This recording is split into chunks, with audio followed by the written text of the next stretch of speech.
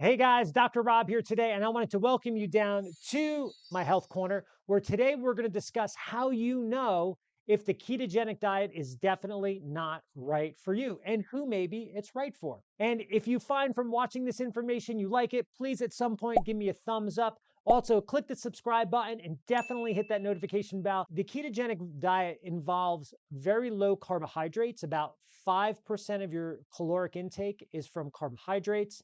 About 15% is from protein, and then the additional 80% or sometimes 75%, the ratios can change a little bit, is all from fats.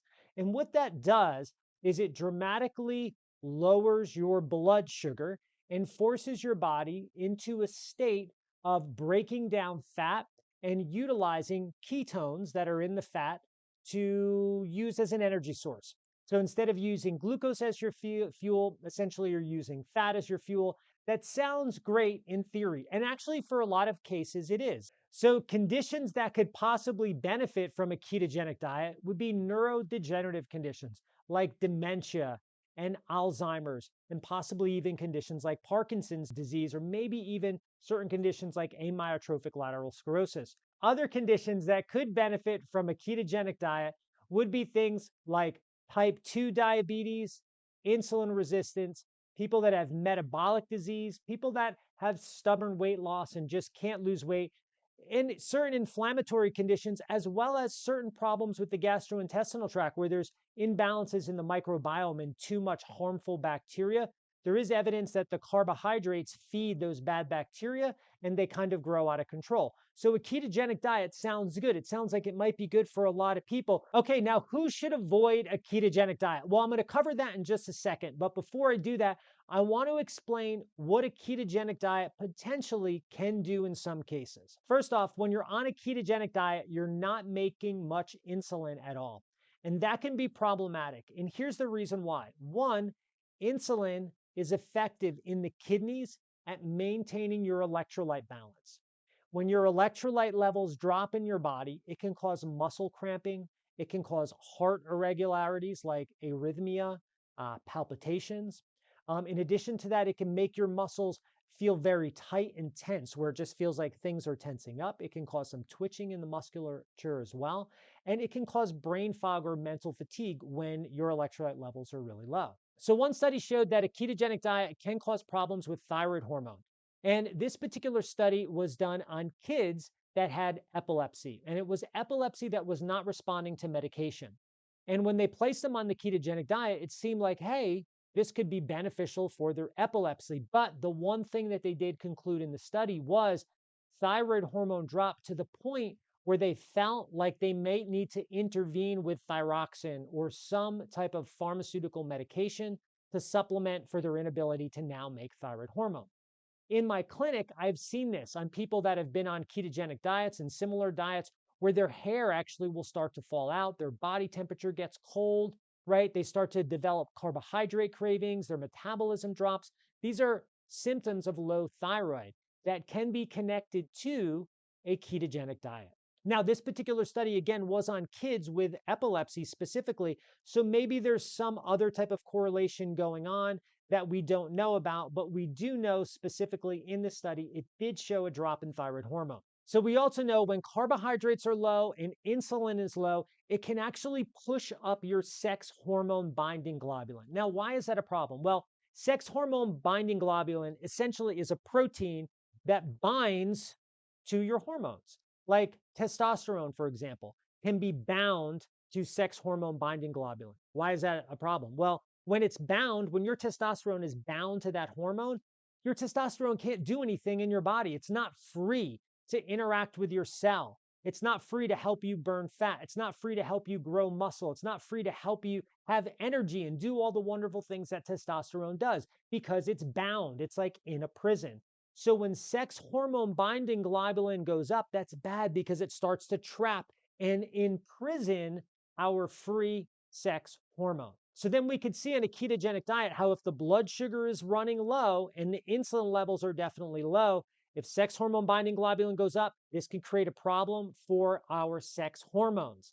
The other thing it can do in certain cases is if the body's demanding blood sugar to be elevated, the body can push up cortisol. And it does this in some cases on a ketogenic diet where cortisol will get elevated. Again, I'll put those studies down below. But as cortisol gets elevated, what happens? Now we actually get the deposition of fat, of adipose around the midsection and the lower back, like the love handle area. In many cases, people are going on a ketogenic diet to avoid that. In addition to that, elevated thyroid hormone actually interferes with the conversion of fairly inactive T4 to active T3. In addition to that, cortisol can negatively impact a part of the brain called the hippocampus, which can make you feel more irritable. It can make your fuse shorter.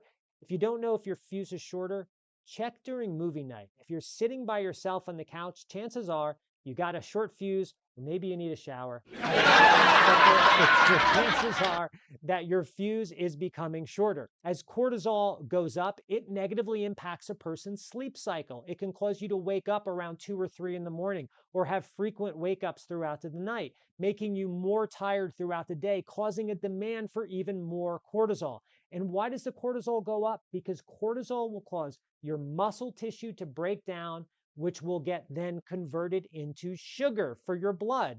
So on a ketogenic diet, your blood sugar can be running on the lower side. If your body's like, hey, we need more sugar, it can break down your muscle tissue and convert that muscle tissue into sugar. Again, this is not in all cases, but this is some cases. I'm painting a picture of certain cases of people that are on the ketogenic diet. So what case kind of has all those symptoms already? It's the adrenal case.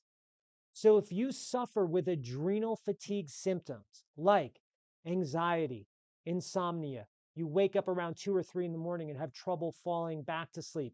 When you do wake up in the morning, you're exhausted. You need coffee or caffeine to get yourself going. You drag through the morning. You crash after lunch and feel like you need to take a nap. You crave salts. You have belly fat, right?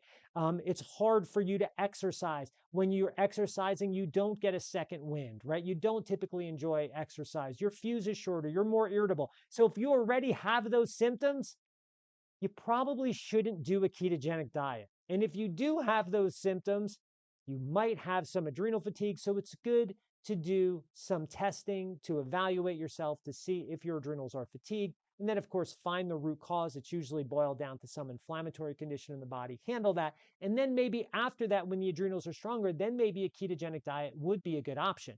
But if you're already suffering with all those symptoms, probably a no for the keto. Now, again, I'm not trying to invalidate the ketogenic diet at all. There are some cases where it's absolutely great. I just very much in my practice am a case-by-case type of practitioner. Like my clinic and I, we've worked with over 50,000 people and never have two people been on the same exact identical program because everybody is unique. So if you have those symptoms, then maybe a ketogenic diet is not right for you. And you got to figure out what is right for you. Definitely get those adrenals checked. And of course, if you like this information, please give me a thumbs up, hit the notifications button, hit the subscribe button, and also check out the link below. I do have some free stuff down there for you guys, or maybe a free webinar or something like that up. So check it out. And if you're interested in more information about how to create health and how to create a healthy body, check out this video right